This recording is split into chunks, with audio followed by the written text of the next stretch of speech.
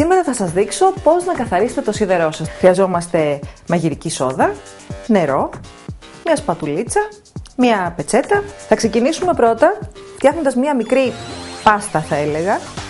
Θα βάλουμε μια ποσότητα μαγειρικής σόδας, την οποία θα ανακατέψουμε με λίγο νερό, έτσι ώστε να γίνει ένα παχύρευστο μείγμα.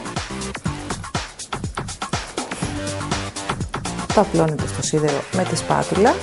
Αφού έχετε καθαρίσει με το πανάκι την επιφάνεια, την πλάκα του σίδερου, μετά παίρνετε μια μπατονέτα και σε όσα σημεία έχει μείνει μέσα σόδα, το καθαρίζετε προσεκτικά. Γεμίστε το σίδερο με νερό, όχι όμως τελείως, περίπου το μισό, και ανάψτε το πολύ δυνατά, να ζεσταθεί καλά, έτσι ώστε να αρχίσει να βγαίνει ατμός. Σιδερώνετε για κάποια ώρα μέχρι να φύγουν όλα τα υπολείμματα της σόδας, που έτσι κι αλλιώς δεν κάνουν κακό, μην νομίζετε, το σίδερό σας θα γυαλίσει πολύ καλά. Μην χρησιμοποιήσετε κανένα πανί που να είναι λίγο πιο σκληρό ή κάποιο σειρματάκι, κάποιο φουγγαράκι που να έχει λίγο πιο άγρια επιφάνεια, γιατί αν καταστραφεί η πλάκα του σιδέρου δεν θα μπορείτε μετά να σιδερώσετε. Αυτά για σήμερα.